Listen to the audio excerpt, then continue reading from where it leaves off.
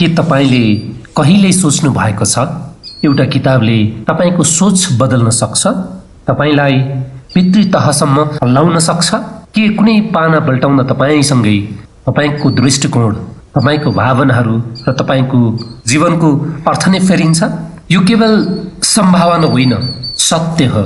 किनकि पुस्तकहरू केवल कागजका टुक्रा होइनन्, यी समयका साक्षी हुन्, अनुभूतिहरूका आवाज हुन् र आत्मकैन हुन्। नेपाल हिमाल जस्तै अग्ला कथाहरू, कालीगण्डकी जस्तै गहिरा अनुभूतिहरू र कर्णाली जस्तै अव्यक्त पीडाले भरिएको देश हो। यही देशमा लेखिएका केही किताबहरू छन् जसले केवल पृष्ठ पल्टाउँदैन, तपाईको हृदय पल्टाउँछ। आजको यो मेरो पहिलो पोडकास्टमा म तपाईलाई यस्ता 5 पुस्तकहरूको कथा सुनाउँछु जसले नेपाली साहित्यलाई मात्र होइन, हजारौं पाठकहरूको जीवनलाई पनि परिवर्तन गर्यो। यी पुस्तकहरूमा जीवनको कडा यथार्थ छ जसले तपाईलाई रुवाउँछ, आशाको उज्यालो छ जसले तपाईलाई बल दिन्छ, विद्रोहको ज्वाला छ जसले तपाईलाई प्रश्न गर्न सिकाउँछ र प्रेमको गन्ध छ जसले तपाईलाई फेरि बाँच्न सिकाउँछ। हामी भर्खरै यस्तो समाजबाट गुज्रिरहेका छौँ जहाँ लेखकहरू सेलिब्रिटी बन्दै गएका छन्, पुस्तकहरू दिनदिनै विमोचन भइरहेका छन्। तर के ती सबै पुस्तकहरूले हाम्रो आत्मा छोएका छन्? के ती सबै कृतिहरूले हाम्रो सोचमा क्रान्ति ल्याएका छन्? आज हामी त्यस्ता 5 उत्कृष्ट कृतिहरूको कथा सुनाउनेछौँ जसले तपाईँको जीवनमा परिवर्तन गर्न सक्छ। तपाईँ तयार हुनुहुन्छ? तयार हुनुहोस्, किनभने तपाईँ जस्तै एउटा पाठकको जीवनमा परिवर्तन ल्याएका पानाहरू पल्टाउँदैछौँ हामी। यी पानाहरूको हरेक अक्षरले तपाईँको भित्री आवाजसँग प्रतिध्वनित हुनेछन्।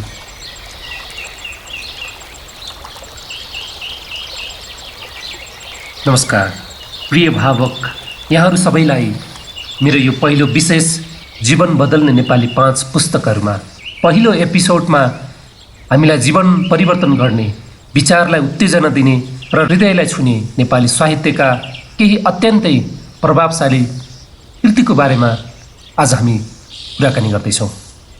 पोडकास्टको उद्देश्य भनेको तपाईँलाई यी पुस्तकहरूका प्रभावकारी विचार र शिक्षाका बारेमा जानकारी दिनु हो जसले तपाईँको सोच र जीवनमा नयाँ दृष्टिकोण ल्याउन सघाउ पुर्याउँछ। तपाईँलाई कस्तो लाग्छ? के तपाईँलाई पनि यी पुस्तकहरूले परिवर्तन ल्याएको छ? तपाईँका विचार र अनुभवलाई हामीसँग साझा गर्न नबिर्सनुहोला। अब हामी यात्रा सुरु गर्दैछौँ यी साहित्यिक रचनाहरूको संसारमा जहाँ शब्द र विचारहरूले हाम्रो जीवनलाई नयाँ आकार दिन्छन्। आउनुहोस् सुरु गरौँ नेपाली साहित्यका 5 जीवन बदल्ने उत्कृष्ट पुस्तकहरूतर्फ। 5औं नम्बरमा बुद्धिसागरको कर्णाली ब्लुज। कर्णाली ब्लुज बुद्धिसागरद्वारा लिखित उपन्यास हो जसले नेपालको पश्चिमी क्षेत्र, विशेष गरी कालीकोट र विकट पहाडी परिवेशलाई चित्रित गरेको छ। यस उपन्यासमा लेखकले आफ्नो बाल्यकालको सङ्घर्ष, जीवनको उतार चढाव र माओवादी विद्रोहको असरलाई समेटेको छ। कर्णाली ब्लुजमा लेखकले नेपाली समाजका विकृति र समाजमा विद्यमान असमानताहरूको पक्षहरूको विश्लेषण गरेका छन्। यसले माओवादी युद्धको असर र ग्रामीण बस्तीहरूमा आएको परिवर्तनलाई पनि चित्रित गर्छ। उपन्यासले पुरानो पुस्ताको अवसान र नयाँ पुस्ताका चुनौतीहरूको कुरा गरेको छ र कर्णाली क्षेत्रको जीवन र समाजमा विद्यमान परिवर्तनको चित्रण गर्ने प्रयास गरेको छ। बुद्धिसागरले हास्य र गहिरो विचारको मिश्रणमा कथाको विकास गरेका छन् जसले पाठकलाई हाँस्न र सोच्न दुवैमा विवश गर्छ।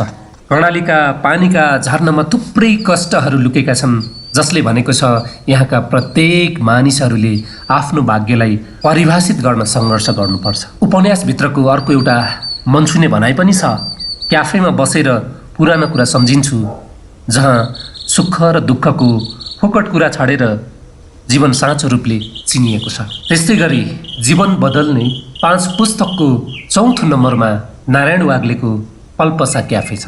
नारायण वाग्लेको पल्पसा क्याफे नेपाली उपन्यासको महत्त्वपूर्ण कृति हो जुन माओवादी जनयुद्धको सन्दर्भमा लेखिएको छ। यस उपन्यासमा एक चित्रकारको दृष्टिकोणबाट युद्ध, राजदरबार, हत्याकाण्ड र त्यसले सञ्जाल खोलिएका सामाजिक असरहरूको चित्रण गरेको छ। यसले माओवादी जनयुद्ध, हिंसा र प्रतिरोधका मुद्दाहरूलाई ब्यानर बनाएको छ। पल्पसा क्याफे यो उपन्यासका कथा माओवादी जनयुद्धको पृष्ठभूमिमा आधारित छ। यसमा चित्रकारको भूमिका निभाउने प्रमुख पात्रको जीवन सङ्घर्ष र भावनात्मक उतार चढावको चित्रण गरिएको छ। युद्ध र हिंसाको समयमा पल्पसा नामकी एक युवा महिला पात्रको प्रेम कथा पनि प्रस्तुत गरिएको छ, जसको माध्यमबाट जनयुद्धका असरहरूलाई सजीव रूपले दर्शाइएको छ। पल्पसा क्याफे यस्तो स्थान हो जहाँ युद्धका यथार्थ र आशा दुवैको मिलन हुन्छ। यस्तो लाग्छ पल्पसा क्याफे जहाँ युद्धले घेरेका निराशहरू छन् र त्यहाँ बस्ने मान्छेहरूका मन पनि लडिरहेका छन्।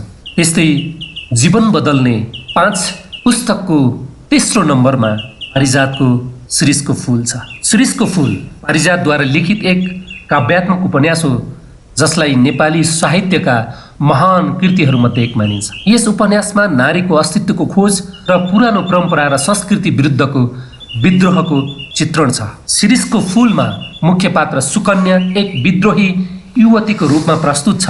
यो उपन्यास जीवनका कठिनाई र असफलता स्वीकार गर्ने र आफ्नो अस्तित्वको खोज गर्ने भावनात्मक यात्राको कथा हो।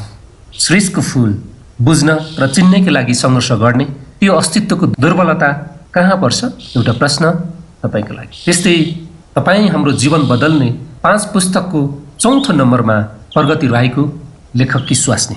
कलम लेख्न सक्छ, तर लेखनका साथ हुने भेदभावको साँचो अर्थ थाहा पाउँदा मात्र मानिस आफ्नो भावना प्रकट गर्न सक्छ। यी मनछुने पङ्क्ति प्रगति राईले आफ्नो उपन्यास लेखकी स्वास्नीमा लेख्नु भएको छ। लेखकी स्वास्नी प्रगति राईको यो उपन्यास हो जसले साहित्यिक कृति र पारिवारिक समस्याहरूको समानान्तर विश्लेषण गरेको छ। यसमा लेखकको जीवनसँग पत्नीको सङ्घर्षको चित्रण गरिएको छ। उपन्यासले लेखक र उनकी पत्नीको जीवनका लुकेका र गहिरा भावनात्मक पाटोहरू उजागर गर्छ। लेखन र व्यक्तिगत जीवनका विभिन्न बिन्दुहरूलाई सामूहिक रूपले प्रस्तुत गरेर प्रगति राईले यस उपन्यासमा साहित्यको यथार्थ, एक शोषित पात्रको मनोविश्लेषण गरेकी छिन्। र पहिलो नम्बरमा 3 घुम्ती बिपी कोइराला। 3 घुम्ती बिपी कोइरालाको प्रमुख उपन्यास हो, जसमा नारीका 3 भूमिकाहरू प्रेमिका, पतिव्रता र आमा। यस उपन्यासमा एउटी नारीको जीवनका 3 महत्त्वपूर्ण निर्णयहरूको चित्रण गरेको छ। प्रेम विवाह, परपुरुषसँग यौन सम्बन्ध र पतिबाट अस्वीकृत भएपछि छोरीसहित एकल जीवन बाँच्ने निर्णय। यी 3वटै निर्णयमा नारीको अस्तित्व र आत्मसम्मानको सङ्घर्षलाई उजागर गर्ने प्रयास गरेको छ। बिपी कोइरालाले यस उपन्यासमा नारीको मानसिकता, समाजका लागि उसका जिम्मेवारीहरू र व्यक्तिगत चाहनाहरूको जटिलतालाई प्रस्तुत गरेका छन्। नारीको निर्णयहरू समाज र परिवारको इच्छा विपरीत हुन्छन्, जसले उसको अस्तित्व र समाजमा रहेको महिलाको स्थानमा चुनौती प्रस्तुत गर्छ। यो उपन्यासले पारिवारिक, मानसिक र सामाजिक दबावको सन्दर्भमा नारीको आन्तरिक सङ्घर्षको कथा सुनाउँछ। यसले नारीका स्वतन्त्रता र समानताको पक्षमा गहिरो विचार प्रस्तुत गर्छ र समग्र समाजलाई सोच्न बाध्य बनाउँछ। पुस्तकहरू केवल शब्दहरूको सङ्ग्रह होइन, तिनीहरू विचारको बिउ हुन्, जसले मन, मस्तिष्क र आत्मामा परिवर्तनको नयाँ अङ्कुरण जन्माउँछ। जब हामी एक किताबको पाना पल्टाउँछौँ, हामीले केवल कथा पढ्दै हुँदैनौँ, हामी नयाँ दृष्टिकोण, गहिरो अनुभूति र अनदेखा सम्भावनाहरूको संसारमा प्रवेश गरिरहेका हुन्छौँ। हामीले चर्चा गरेका 5 नेपाली कृतिहरू पल्पसा क्याफे, कर्णाली ब्लुज, लेखकी स्वास्नी, शिरीषको फूल र 3 घुम्ती हाम्रो समाजका विविध पाटोहरू उजागर गर्ने ऐनाहरू हुन्। यी पुस्तकहरूले पीडा भोगेका पात्रहरूको कथा सुनाउँछन्, प्रेम, विद्रोह, सङ्घर्ष र जीवनका गहिरा गहिरा सवालहरू उठाउँछन्। यी कृतिहरू केवल भावनात्मक प्रभाव मात्र होइन, मनोवैज्ञानिक गहिराई र समाजशास्त्रीय सत्यहरूको चित्रण पनि हुन्। यिनीहरूले मानिसको चेतनामा परिवर्तन ल्याउने शक्ति राख्छन्, किनकि हरेक कथा मानव मनोविज्ञानको कुनै न कुनै तहसँग प्रत्यक्ष सम्बन्धित छ।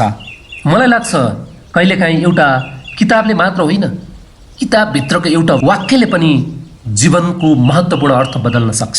तपाईँलाई कस्तो लाग्छ? सल्लाह, सुझाव र प्रतिक्रिया दिनुहोला। अर्को श्रृङ्खलामा तपाईँ हाम्रो भेट भइहाल्नेछ। आजको श्रृङ्खलाबाट म पनि बिदा हुन्छु। यहाँहरूको समय शुभ रहोस्। नमस्कार।